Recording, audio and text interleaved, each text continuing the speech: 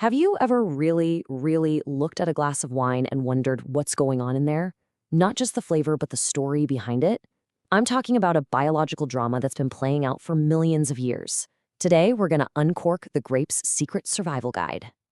So let's kick things off with a question that might just change the way you see wine forever. What is a grape's actual job? We like to think its whole purpose in life is to end up in our glass, but for the vine, that's just a very happy accident for us.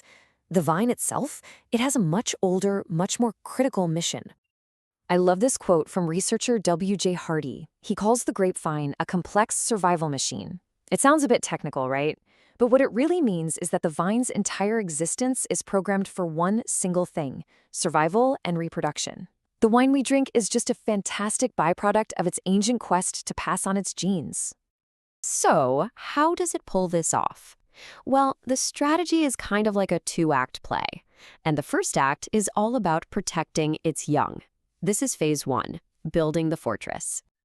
Early on, a little grapeberry is the absolute opposite of appealing. You could say it's in a defensive crouch. It's small, it's rock hard, and if you were to taste it, it would be aggressively sour and bitter. Now, this isn't a flaw, it's a feature. At this point, the seeds inside aren't ready to germinate, so the very last thing the vine wants is some hungry bird or animal to come along and gobble them up. To defend itself, the vine builds what is basically a chemical fortress. It loads the berry with super high levels of malic acid, which can cause an upset stomach in predators. It pumps the berry full of tannins. That's what gives you that bitter, mouth-puckering feeling. It even creates these compounds called methoxypyrazines, which we sometimes taste as green or bell pepper notes in wine. All of this, plus its green color that blends in with the leaves, is the vine basically screaming, "I'm not ready, go away."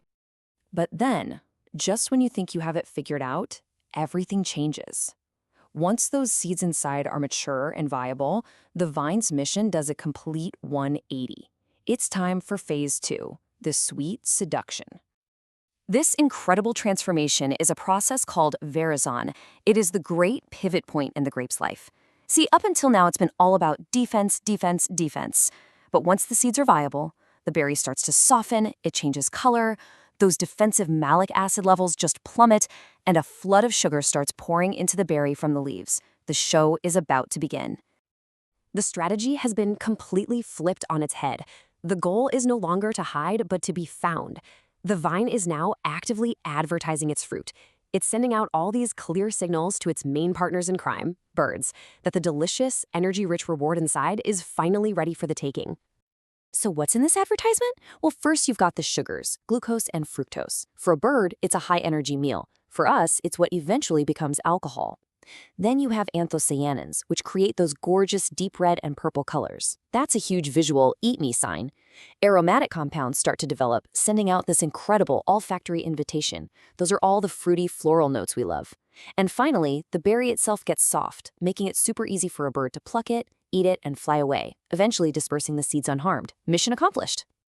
Okay, but this whole survival drama, it doesn't just happen in a vacuum. The environment where the vine grows, the stage for this whole performance, has a huge impact on the final outcome. And this brings us to that famous, and let's be honest, sometimes intimidating word, terroir. So what on earth is terroir? It sounds complicated, but it's really not.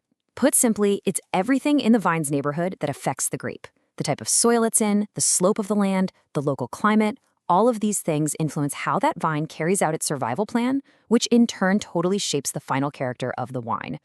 Let's just take soil as an example. Say you've got a vine in light, sandy soil that trains really fast. The vine might get a little thirsty, experience some mild drought stress, and for a vine, that stress is a signal from its survival programming that says, hey, times might be tough. Better focus on ripening those seeds so it stops putting energy into growing leaves and pushes everything into making its berries smaller and more concentrated with flavor. In heavy clay soil, the challenge is completely different. The point is, every soil type forces the vine to adapt, and we can literally taste that adaptation in the glass. Topography, or the shape of the land, is another huge one. This chart is a great example. A vineyard on flat ground might get a decent amount of sun, but if you plant that same vineyard on a 30-degree south-facing slope, especially in a cooler climate like parts of Germany or France, the amount of solar energy it gets just skyrockets. It's basically like tilting a solar panel to point directly at the sun. That extra warmth and light can be the make or break difference between green, underripe grapes and perfectly ripe, delicious ones.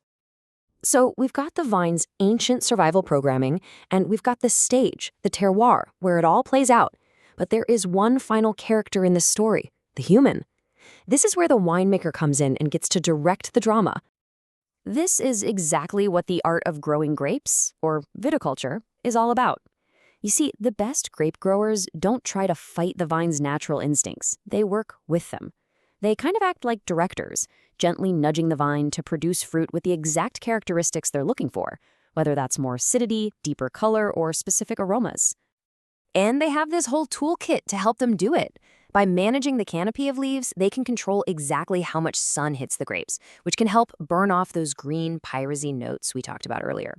By carefully managing water, they can create just the right amount of stress to concentrate the flavors. And of course, maybe the single most important decision they make is harvest timing.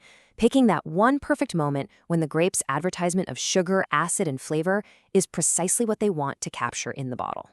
So the next time you pour a glass of wine, I want you to just pause for a second and think about this. Are you tasting the land, the terroir?